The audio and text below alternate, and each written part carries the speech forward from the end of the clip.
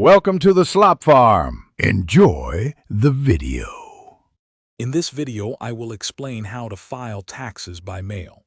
Filing your taxes by mail can seem daunting, but it's a straightforward process if you follow the steps carefully. We'll cover everything from gathering your documents to sending off your completed return. This guide will help ensure your submission is correct and on time, giving you peace of mind. Once you have all your documents, it's time to prepare your return. Make sure every section is filled out completely and accurately. Double-check all calculations to avoid errors. Remember to attach any required supporting documents, like your W-2 forms. Finally, sign and date your return in the specified places. An unsigned return is not valid.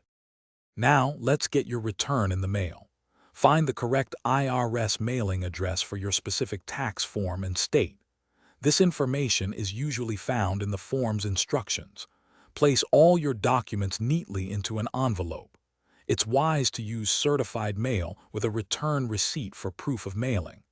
Always ensure you have enough postage to avoid delays.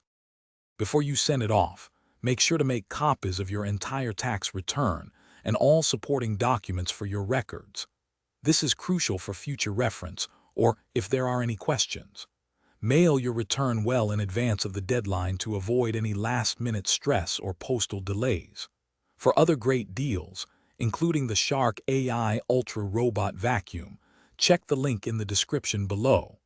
It's a fantastic way to keep your home spotless with minimal effort. Thanks for watching. Thanks for watching.